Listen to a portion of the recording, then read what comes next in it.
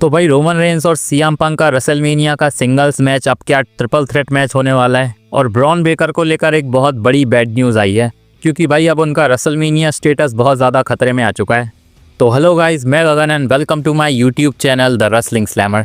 लेकिन इससे पहले वीडियो में आगे बढ़े भाई, लाइक और सब्सक्राइब करना मत भूलना। तो अभी भाई ब्रॉन बेकर के लिए रिसेंटली ही PW इनसाइडर की एक रिपोर्ट आई है, जिसमें उन्होंने बताया है कि ब्रॉन बेकर अब रेसलमेनिया को मिस करने वाले हैं, क्योंकि उनकी इंजरी बहुत ज़्यादा सीरियस है। अभी जो रॉ हुई थी उसमें माइकल कोल ने बताया था कि ब्रॉन बेकर ट्रेनिंग करते टाइम इंजर्ड हो गए थे, लेकिन जो रिपोर्ट्स आई थी उसके हिसाब से ब्रॉन बेकर ने जो लास्ट वीक वो टेबल वाला स्पॉट करा था वहाँ वो इंजर्ड हुए थे। शायद WWE इस चीज़ पर पर्दा डालने के लिए ये ट्रेनिंग वाला आइडिया लेकर आई है। फिलहाल ब्रॉन बेकर की इंजरी भाई हर्निया बताई जा रही है, जिसमें शायद उन्होंने वो स्पॉट करते टाइम अपने अंदर की किसी मसल को तोड़ लिया है। वैसे तो बताया जा रहा था कि शायद ये चीज़ 2 से 3 हफ्ते में ठीक हो सकती थी, लेकिन ब्रॉन बेकर का मुद्दा थोड़ा ज़्यादा ही सीरियस हो चुका है। तो अब रेसलमेनिया तो छोड़ दो, वो समर स्लैम के पहले ही वापस आ जाएं वो भी बहुत बड़ी बात है, क्योंकि उनका रिकवरी टाइम 6 महीने का बताया जा रहा है। फिलहाल बहुत सारे फैंस का मानना है कि रॉयल रंबल में जो स्पॉट करा गया था कि ब्रॉन बेकर को पहले ही रॉयल रंबल से आउट कर दिया था, और फैंस को लग रहा था कि भाई ये भी इसी इंजरी की वजह से करा गया था। तो डेव मेल्जर ने क्लियर करा है कि रॉयल रंबल का वो स्पॉट पहले से ही प्लान था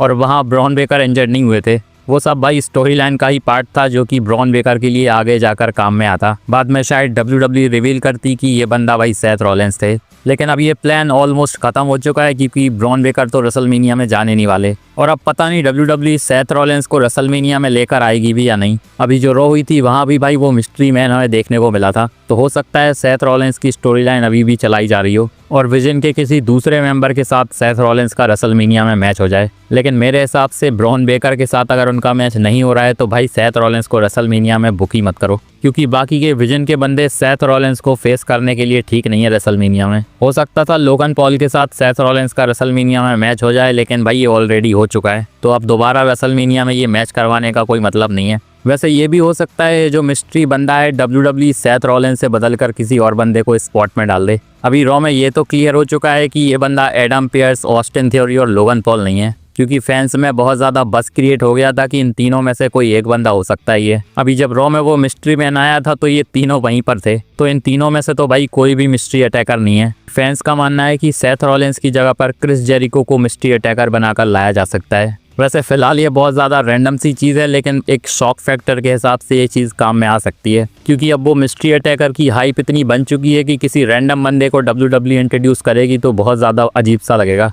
तो या तो वो सेथ रॉलिंस ही होने चाहिए या फिर कोई ऐसा बंदा जो कि भाई शॉक दे दे। अभी वैसे एक और रूमर चल रहा है कि सेथ रॉलिंस का मैच अगर ब्रॉन बेकर के साथ नहीं हो रहा है तो WWE उन्हें सीएम पंक और रोमन रेंस के मैच में डाल सकती है। वैसे तो ये मैच लास्ट ईयर भी हुआ था, लेकिन उसमें टाइटल इन्वॉल्व नहीं था। इस मैच का सेंस और भी ज़्यादा इसीलिए बन रहा है क्योंकि भाई सेथ रॉलिंस ने चैंपियनशिप को रिलिंक्विश करा था, तो अभी भी इनडायरेक्टली वो चैंपियनशिप हारे नहीं हैं, तो अभी उनके पास फुल राइट है कि वो वापस आकर अपनी चैंपियनशिप के लिए जा सकते हैं। यहाँ सोचो WWE को एक्स्ट्रा वर्क करने की ज़रूरत नहीं पड़ेगी, क्योंकि रोमन रेंस, सेथ रॉलिंस और सीएम पंक की अच्छी खासी हिस्ट्री रह चुकी है। तो अगर सेथ रॉलिंस एंड मौके पर ऐड होंगे तो भी ज़्यादा कोई प्रॉब्लम नहीं होगी। वैसे मेरे हिसाब से तो रोमन रेंस और सीएम पंक का ऑप्शन ही बेटर है, लेकिन इमेजिन करो अगर सेथ रॉलिंस भी इसमें ऐड हो जाते हैं तो ये मैच शायद और भी ज़्यादा बड़ा हो सकता है। अभी देखते हैं वैसे सेथ रॉलिंस का रेसलमेनिया में यूज़ होने भी वाला है या नहीं। अभी रॉ में मैंने बताया था कि भाई रोमन रेंस मार्च के महीने में पूरी तरह से बुक रहने वाले हैं, और WWE ने शायद इसे एडवांस में इसीलिए ही अनाउंस करा है ताकि रेटिंग्स अच्छी आ जाएं। अभी रिसेंटली जब रोमन रेंस रॉ में अपेयर हुए थे तो 3 मिलियन से ज़्यादा रेटिंग्स आई थी, जो कि लास्ट टाइम WWE को जॉन सीना की लास्ट रॉ में देखने को मिली थी। तो फिलहाल भाई WWE को शायद ज़्यादा ज़रूरत है रोमन रेंस की, क्योंकि रेटिंग्स चाहिए, तो अब उन्हें एडवांस में एडवर्टाइज कर दिया गया है, तो भाई रेटिंग्स के साथ साथ टिकट सेल्स भी बढ़ जाएंगी। वैसे अभी जो लास्ट वीक की स्मैकडाउन हुई थी जहां रैंडी ऑर्टन ने एलिमिनेशन चेंबर के लिए क्वालिफाई करा है, उसकी रेटिंग 1.4 मिलियन की आई है, और लास्ट टाइम इतनी रेटिंग सितंबर 5 के एपिसोड में आई थी। इमेजिन करो भाई स्मैकडाउन का कितना बुरा हाल हो रखा था। अभी देखते हैं WWE इस रेटिंग को कब तक कंटिन्यू रख सकती है।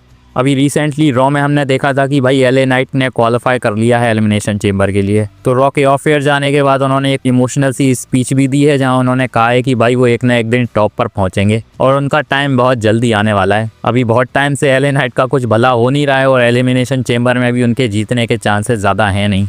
उन्हें बार बार ऐसे स्पॉट पर डाला जाता है जहां वो बिल्कुल जीत के करीब होते हैं, लेकिन एंड में जाकर उन्हें विक्ट्री मिल नहीं पाती। अभी मैंने बताया था कि WWE जानबूझकर ऐसी हरकतें कर रही है ताकि एक ना एक दिन LA नाइट के लिए भी भाई अच्छा खासा मूवमेंट क्रिएट हो जाए।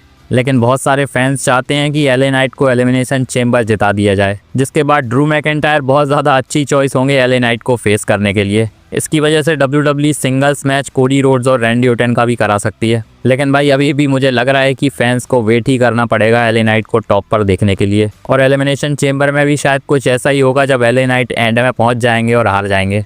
वैसे एलिमिनेशन चेंबर की बात कर रहे हैं तो 2 क्वालिफाइंग मैचेस WWE ने नेक्स्ट वीक रॉ के लिए अनाउंस कर दिए हैं, जिसमें वुमेन्स की तरफ से बेली, नतालिया और ऑस्का का मैच होगा और मेंस की तरफ से हमें जिवॉन एवंस, गंथर और डोमिनिक मिस्टीरियो का मैच देखने को मिलेगा। इसी के साथ कह सकते हैं कि officially Dominik Mysterio next week से अपना इन रिंग रिटर्न करने वाले हैं, क्योंकि इतने टाइम से वो इंजर्ड चल रहे थे, तो फाइनली अब उन्हें रेसल करने का मौका मिल रहा है। बाकी इस मैच में गंथर भी होने वाले हैं, तो जिवॉन एवंस और डोमिनिक मिस्टीरियो के जीतने के चांसेस हैं नहीं। अभी वैसे रॉ में WWE ने AJ ली और बेकी लिंच का मैच भी एलिमिनेशन चेंबर के लिए ऑफिशियल कर दिया है, जो कि एक्सपेक्टेड था कि रेसलमेनिया में हमें देखने को मिल सकता है। अभी फैंस में बहुत ज़्यादा बज़ क्रिएट हो रहा था कि भाई ये मैच अब रेसलमेनिया में होने वाला है या नहीं। तो रिसेंटली रेसलिंग ऑब्जर्वर न्यूज़लेटर की एक रिपोर्ट आई है, जिसमें उन्होंने बताया है कि ये मैच रेसलमेनिया में जाने वाला है और एलिमिनेशन चेंबर में जो भी होगा इसी स्टोरी लाइन को बिल्ड करने के लिए करा जाएगा। अभी पता नहीं WWE AJ ली और बेकी लिंच के मैच में क्या करने वाली है, लेकिन रेसलमेनिया में तो ये मैच जाने वाला है। लेकिन रेसलमेनिया में AJ ली चैंपियनशिप को डिफेंड करेंगी या फिर बेकी लिंच, ये हमें एलिमिनेशन चेंबर में पता चलेगा। चलिए अब बात करते हैं जॉन सीना के बारे में, जिनका भाई हॉल ऑफ फेम का इस साल का स्टेटस बहुत ज़्यादा अनक्लियर लग रहा है। अभी जॉन सीना के रिटायरमेंट मैच के बाद बताया जा रहा था कि सीधा सीधा उन्हें हॉल ऑफ फेम में इंडक्ट कर दिया जाएगा, लेकिन रिसेंटली भाई रिपोर्ट्स हैं कि शायद इस साल John Cena hall of fame में नहीं जाने वाले, क्योंकि अगर जा रहे होते तो अब तक उनकी अनाउंसमेंट हो चुकी होती। अभी वैसे जॉन सीना का हॉल ऑफ फेम में इंडक्शन तो पक्का है, चाहे वो इस साल हो या फिर नेक्स्ट ईयर।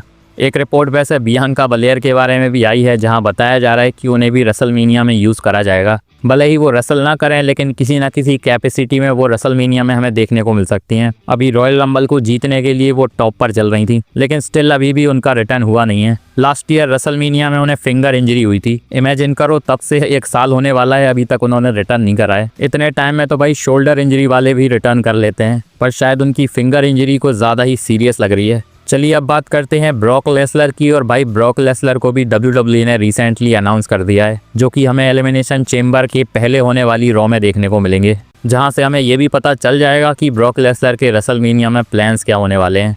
अभी एलिमिनेशन चेंबर के पहले वो रिटर्न कर रहे हैं, तो हो सकता है ब्रॉक लेसलर को चेंबर में ही डाल दिया जाए, जहां से उनकी स्टोरी लाइन रेसलमेनिया के लिए कंटिन्यू हो। फिलहाल के लिए ओवा फेमी और ब्रॉक लेसलर का मैच रूमर चल रहा है रेसलमेनिया के लिए, तो पॉसिबिलिटी है कि यहाँ कुछ हो सकता है, लेकिन मुझे लग नहीं रहा है कि अगर ये मैच रेसलमेनिया में हो रहा है तो इतने जल्दी WWE स्टोरी लाइन स्टार्ट करेगी। फिलहाल तो मुझे लग रहा है कि विजन में ब्रॉन बेकर की कमी पूरी करने के लिए ब्रॉक लेसलर को लाया जा रहा है। वैसे ओवा फेमी को WWE ने अपनी ऑफिशियल वेबसाइट पर एज फ्री एजेंट लिस्टेड किया है, जैसे कि फिलहाल हमें ब्रॉक लेसलर देखने को मिलते हैं, इसीलिए अभी उन्हें दोनों ब्रांड में भी यूज़ करा जाता है। तो कमेंट में बताओ भाई, आपको क्या लगता है ब्रॉक लेसलर का रेसलमेनिया में मैच किसके साथ होना चाहिए। बाकी मेरी ये वीडियो अच्छी लगी हो तो इसे लाइक और चैनल को सब्सक्राइब करना मत भूलना, और बेल आइकन को भी दबा देना ताकि मेरी वीडियोस की अपडेट्स आप तक पहुंचती रहें। मिलते हैं नेक्स्ट वीडियो में, धन्यवाद।